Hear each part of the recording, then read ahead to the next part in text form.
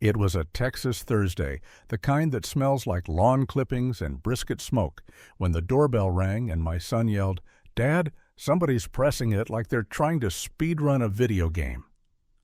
I was mixing the new batch of Dad sauce, original recipe developed the week my marriage detonated, thinking about how revenge, when properly aged, tastes less like fire and more like oak. The ring cam lit up.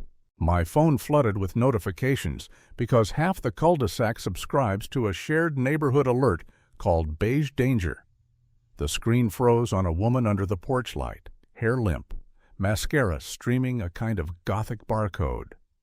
My cheating wife, the one who left me for a rich lover with a helicopter and a personal sommelier of sparkling water, was on my welcome mat in discount heels, clutching a purse that had absolutely lost its will to live. 5 years had thickened me. New shoulders, new patience, new mortgage. 5 years had thinned her. High society is cardio with debt. The camera auto-tagged her, unrecognized person. Which felt fair? "Marcus," she said, when I opened the door a measured 3 inches, "home security, but make it polite. I need to talk to you. It's urgent." The street hummed like a plugged-in bass amp. Our HOA prefers that conflict be resolved in whispers, but another neighbor had already started a live stream titled, "Is This the Betrayal Girl?" The chat flew by like confetti, a weird little Democratic chorus. "Let her in. Don't you dare. This is America. Remember the baby." My son Ben stood at the staircase in his Astros hoodie, arms folded with the terrifying calm of a teenager who's Googled his feelings. He had been 9 when she left and 14 now, all long bones and carefully rationed syllables. "Mom," he said, not as a wish, but as a syllable he owed someone else money for. He didn't come down. If a docuseries crew had been inside my head, there would have been a voiceover. Our hero confronts the apparition of his past, chapter title in Sharpie. Betrayal returns, wearing clearance, lipstick. But this isn't a docuseries, it's a suburb. It just wants the trash picked up and the lawns evenly shorn, and the gossip factual enough to keep the neighborhood group chat alive. From the sidewalk, the wind played a church song on the hanging chimes like God doing background vocals for a pop album about infidelity. I widened the door 3 more inches, generous but not romantic. "Emily," I said. Saying her name felt like picking up a pan you know is hot, just to confirm it still burns. "You look different," she said, scanning the hall. The framed Little League-in picture where Ben is beaming behind catcher's gear. The etched stone sign that says "Family," like a corny commercial that isn't lying. The pecan wood shelf holding the first jar of Dad sauce, which now lives online in a cheeky commercial where I tell America that revenge tastes better when shared at a cookout. She looked down when she saw it, all those jars with my name on them.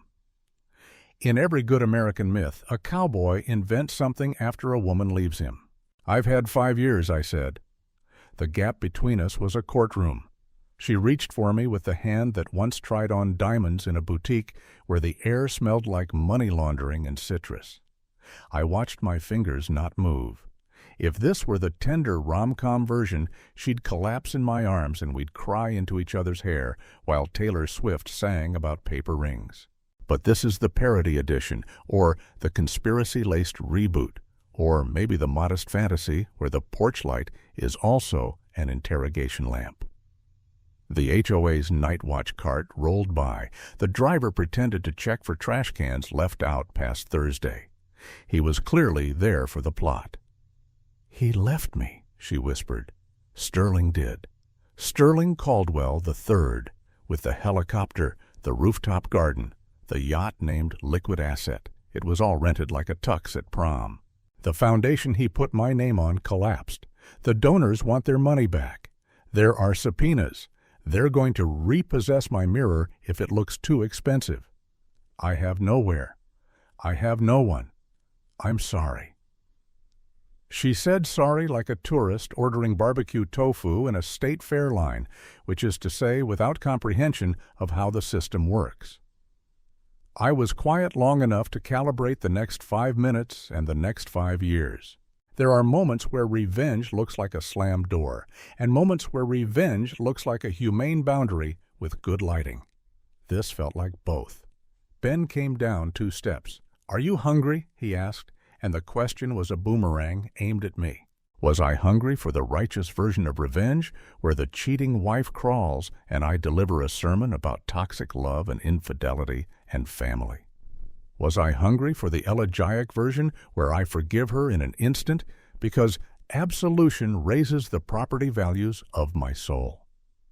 Of all the things the past can do, the most ridiculous is knock. But here it was, knock-knocking like a sitcom theme song, and I realized the only way to tell this right is to tell it backward, because the road here was a spiral staircase in a lighthouse that always smelled like storm. So yes, she was begging, and yes, there was a door. But if I'm going to explain why the hinge didn't swing the way she imagined, I have to rewind to the afternoon the sky split, and the HOA drone started it, and the algorithm finished it, and the day I learned rich doesn't always mean solvent, just loud. The day the marriage died started like a Home Depot commercial. Good intentions, coupons, America. Saturday had that weekend bulletin board energy. I was shoving a grill into the bed of my truck because therapy was booked solid and charcoal was available. Emily wandered in wearing that pre-rich lover boredom that in hindsight resembles a monologue only money understands. She had begun speaking in brand names and thirst traps she pretended were about wellness.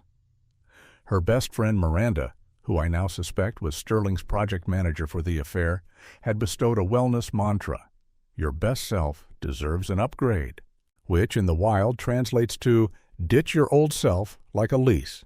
Our HOA had just rolled out drones to check for unapproved roof shingles. The drones looked like mosquitoes with legal degrees. One of them hovered by our window at exactly the wrong moment to capture a physics lesson. Bodies occupy space, and sometimes those bodies aren't married to each other. The footage hit a mod called Watch Nabe, which auto-flagged suspicious activity, which in our zip code meant anything not involving a stroller or a dog. I would love to say I discovered the cheating wife by some noble intuition or a heartbreaking candlelit confession, but no, it was a neighbor DM with a grainy clip, a gasp emoji. And is this Emily? The clip had that off-brand security cam green. My hands did what hands do when reality unplugs the stage lights. They tried to hold something invisible. Sterling Caldwell III was the kind of man TV thinks exists. Smile like a sponsorship, socks with a logo, a laugh calibrated to make waiters comp desserts. He ran a company that delivered bespoke hydration experiences, which is how you say water when you charge $27 a bottle. He wore his blazer sleeves pushed up like it was the 80s in a city that never learned. Emily met him at a fundraiser for a private school so exclusive they wouldn't even admit alumni.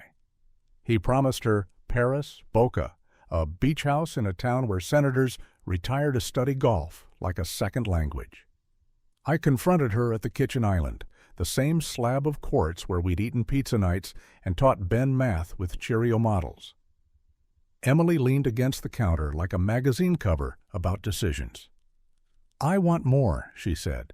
"I can't keep pretending the minivan is a personality." She took off her ring like a PR move and set it down like a press release. Sterling texted her mid-conversation. "Driver's outside. Board meeting in Boca. Bring light." She left with luggage that had lifetime warranty vibes, kissed Ben on the hairline without breaking stride, and floated toward the waiting town car while I stared at the gap she carved out of me like a scenic overlook. The driver loaded her bags. The drone followed. The HOA probably wrote a ticket for breathing too dramatically after dark. Grief shows up in America like this. You go to work, you try not to throw up on the copier. You Google how to tell a child that one parent is relocating to a galaxy where accountability is oppressively optional. The pastor said to pray. The therapist said to journal. The internet said to upgrade my abs. I upgraded my grill instead. The divorce papers arrived on a Wednesday dressed like a bouquet. The lawyer had expensive punctuation. Friends took me to Applebee's like it was a triage unit. The waitress called me Han and slipped me a dessert on the house with a wink that felt like a story about her own betrayal. America runs on stories like these: a lonely man, a son with a backpack, a garage with big dreams. The first night alone in the house, Ben's breathing was a metronome I tuned my future to. The next morning, I burned bacon so thoroughly it qualified as a sermon. I posted a picture of the char with the caption, "Day 1 of Dad Sauce. We either die of heartbreak or we caramelize it."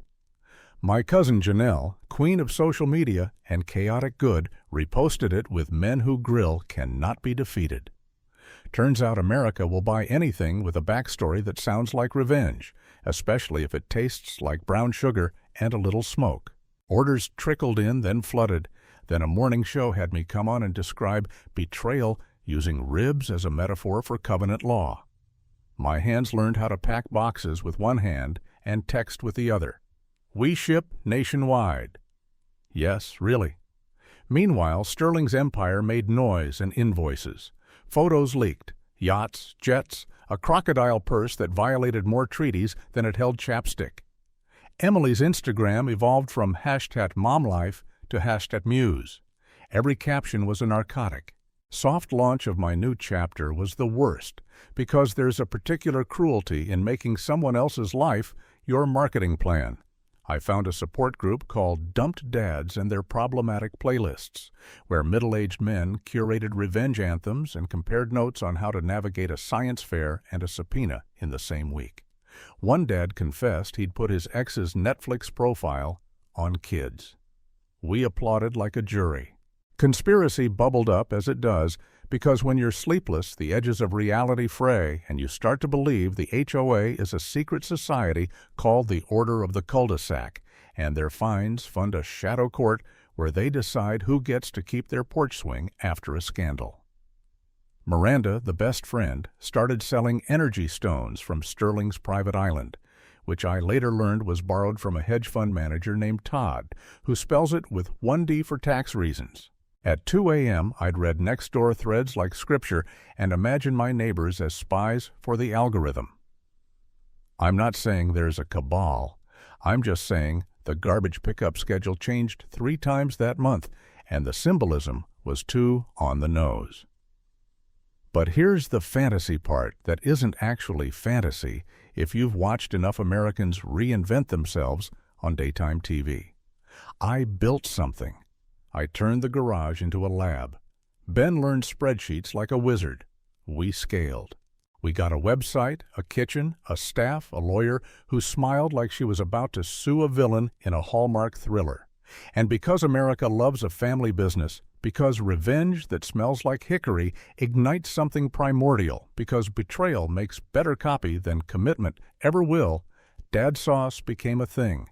Jars on shelves, sauce at tailgates, a pop-up at the county fair where I beat a local judge in a blind taste test and received an apology letter from a man who never apologizes. My hands knew, finally, what to hold. Here's where the structure flips again, because while the desert was teaching me thirst, the ocean was teaching Emily about the price of admission on a boat.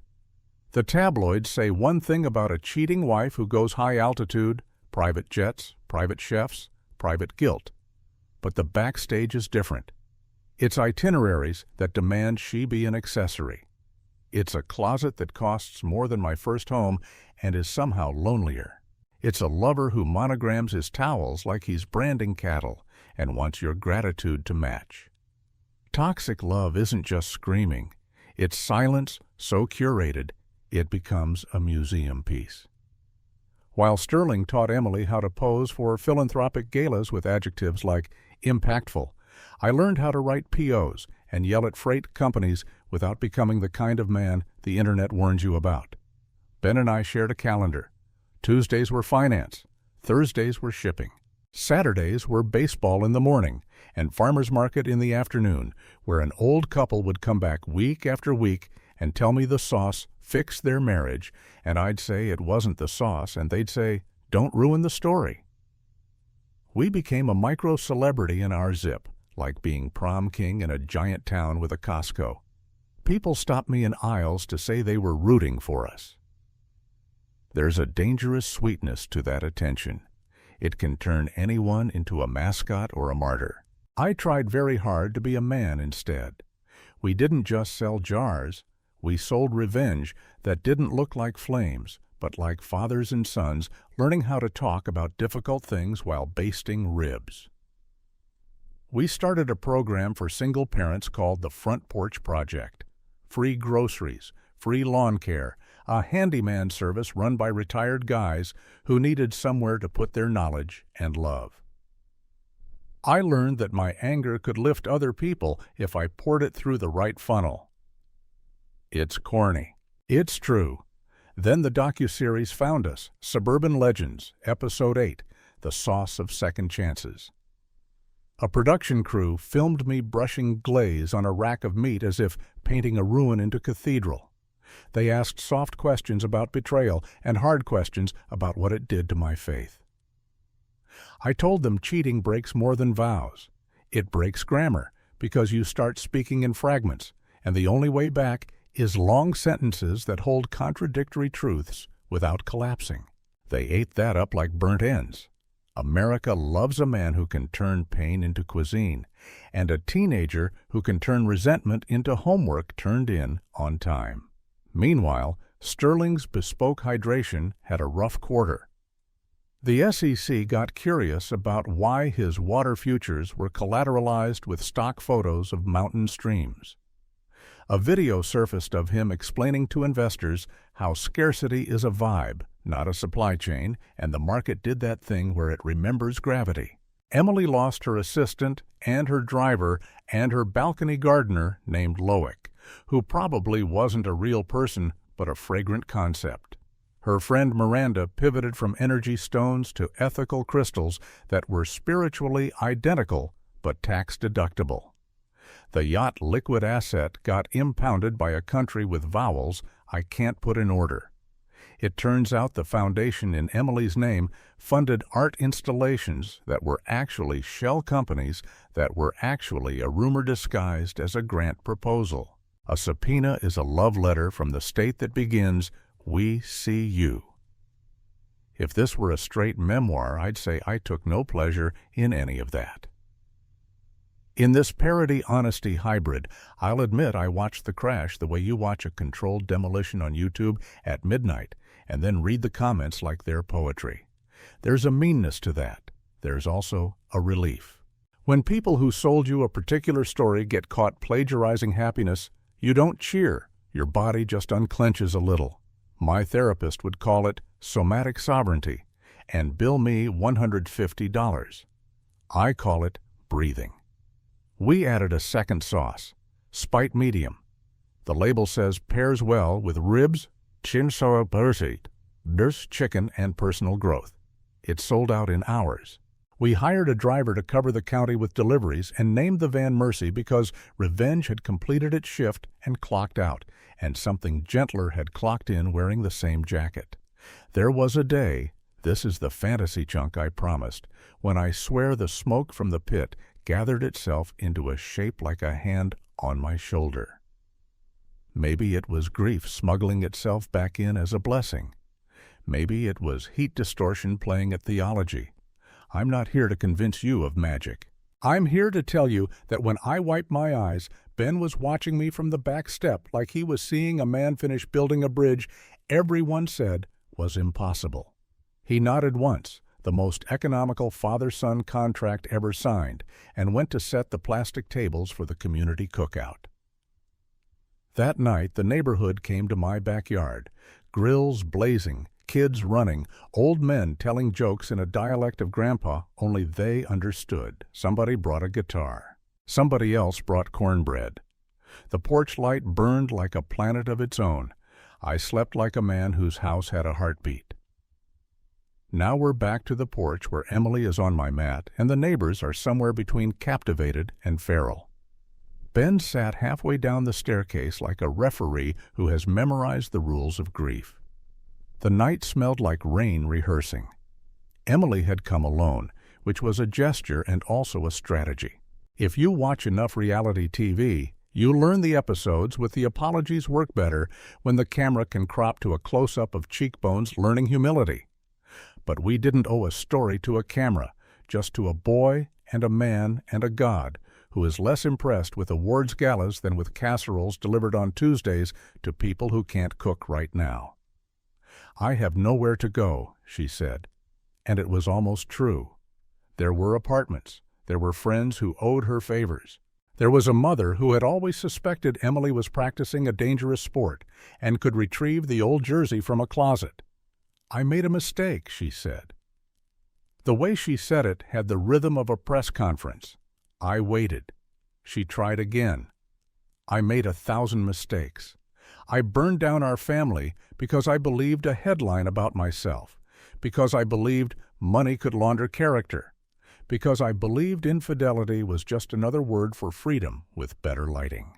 Sterling is under investigation. The lawyers say my name is on things it shouldn't be. He told me love is a risky asset. He told me remorse was a tax shelter. He told me I was lucky." She flinched as if the porch light had become a sun. "Do you want me to fix it?" I asked, calm not because I'm a saint, but because I had finally replaced panic with policies. She deflated and nodded. Somewhere a dog barked like a dissenting opinion. "I want to come back," she said. "I want to make it right. I'll do anything." The phrase, "do anything," is often a lie tipped at the edge of a cliff. It sounds noble. It usually means, do anything easy. Ben came down 2 more steps, enough that she could see his face. Teenagers learn forgiveness by watching how adults hold flames. He didn't say Mom again. He said, "We have rules," and my heart did that split-screen thing where it's proud and destroyed at the same time. I opened the door the rest of the way, not as invitation, as posture. The neighbors went quiet in the way a congregation quiets when the preacher goes off notes. The HOA cart idled like a bored dragon. "Here's what's true, Emily," I said. "You were a cheating wife. You built a performance out of cheating, a brand out of betrayal, and a cozy bunker out of toxic love that looked like a penthouse. I wanted to torch everything for revenge. I almost did. But then I had to make breakfast for a 9-year-old, and we couldn't eat flames, so I learned to cook something else. That turned into something, which turned into this." I gestured toward the hall where the first jar stared back like a polite ancestor. There's no way back to what we were. There's a way forward that isn't hell if you want to walk it. Her eyes filled, and for a second I saw the girl I proposed to on a pier in Galveston when the universe felt like a bargain we got to keep. "What does that mean?" she asked. "It means we'll help you find an apartment. The Front Porch Project covers first month's rent and groceries for people who need a restart. It means I'll hire a lawyer to make sure your name exits anything that can eat you alive. It means you and Ben will talk when and how he decides is safe. It means you will not live here. It means you won't be alone, but you won't be my wife. The door you want is gone. The porch light stays on." She shook her head like I'd spoken an alien language that sounded suspiciously like responsibility. "You can't just, after everything, we were a story." "We still are," I said, "just not the genre you want." Our neighbor Tammy, possessed by equal parts empathy and a tragic love of spectacle, marched up with a casserole and Pyrex and said, "Y'all look like you need starch," which may be the most American sentence ever uttered. Emily blinked at the offering like it was a relic from a religion she'd left.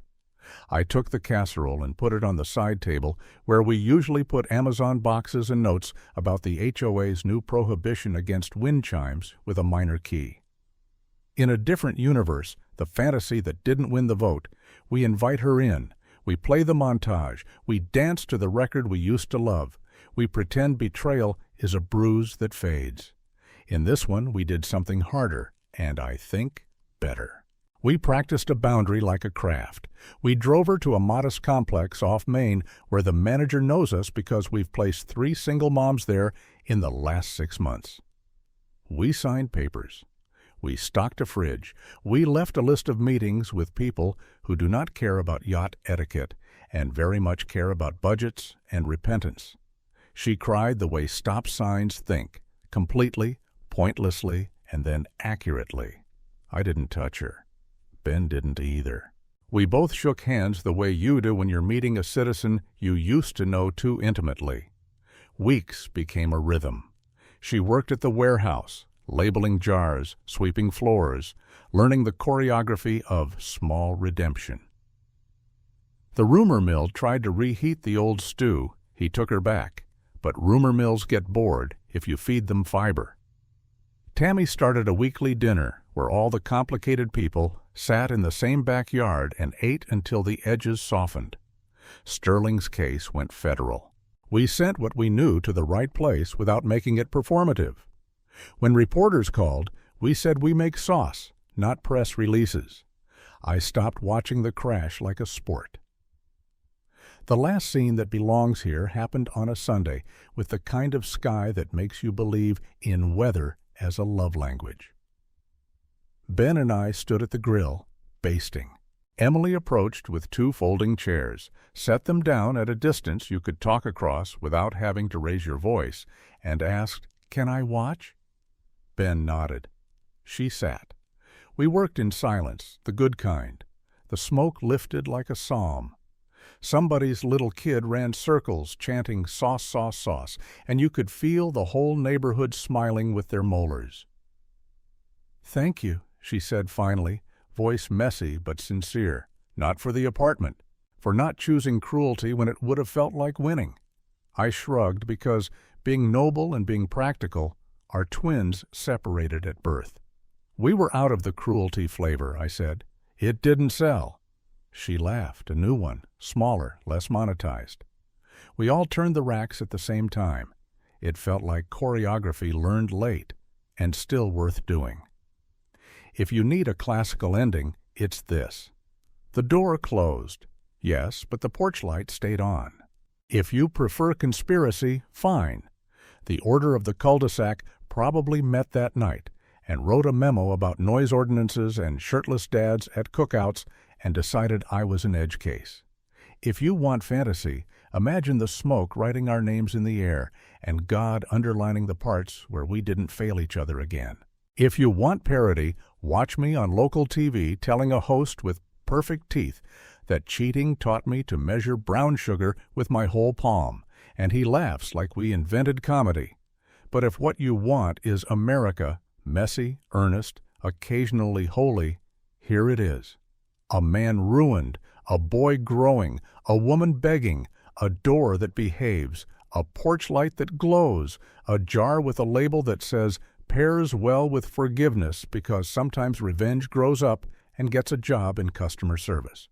And the neighborhood eats, and the night air cools, and the grill pops, and somewhere a drone takes a picture of a backyard where family is a verb again, and nobody finds us for it.